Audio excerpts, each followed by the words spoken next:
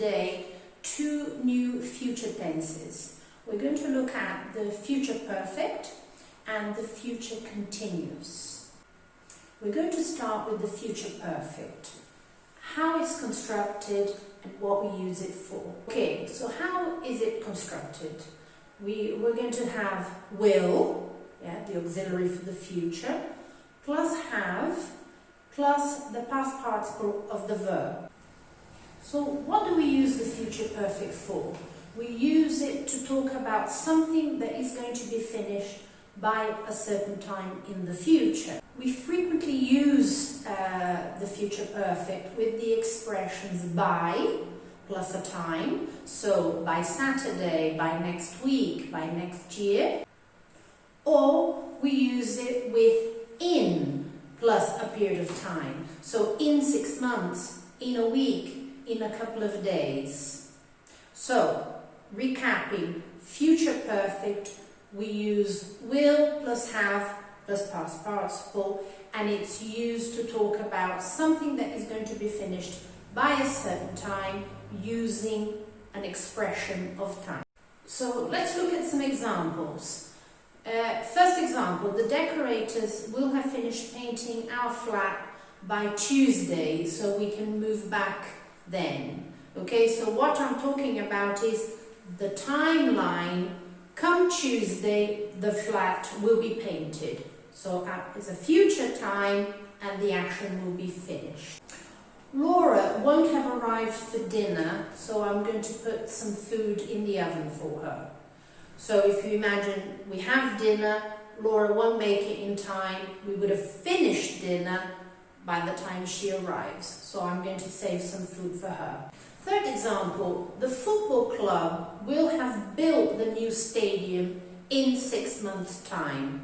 So that's the deadline, okay? It might be finished in 4 or 5 months, but I'm saying that in 6 months it will be complete. Okay, so now moving on to future continuous. Let's start with how we construct the sentence. We're going to use will, yet again, So will plus be plus the main verb of the sentence, the one that indicates the action, with the ing. Why we use the future continuous? Firstly, to talk about an action that's going to be in progress at a future time. Okay, so that's the main use. We can also use the future continuous to talk about something that is definite, that has been decided. We use it instead of the present continuous. So recapping, future continuous we use to talk about an action that will be in progress at a certain time in the future. Should we look at some examples? Example number 1, talking about an action that will be in progress at some time in the future. Don't phone me between 7 and 8. We'll be having dinner then. So, dinner will be in progress between 7 and 8. Please don't phone me. Okay, still talking about an action in progress in the future. Imagine you're going away somewhere, going away for the weekend. So, this time tomorrow, I'll be sitting in a cafe and drinking a beer. So you know that you're traveling. When you arrive there, it will be this time tomorrow. You have made plans, and that's what you will be doing. I want to just briefly talk about an example with the second use of the future continuous, which I said, which was instead of the present continuous for something that is decided. I'll be going to the supermarket later. Do you want anything?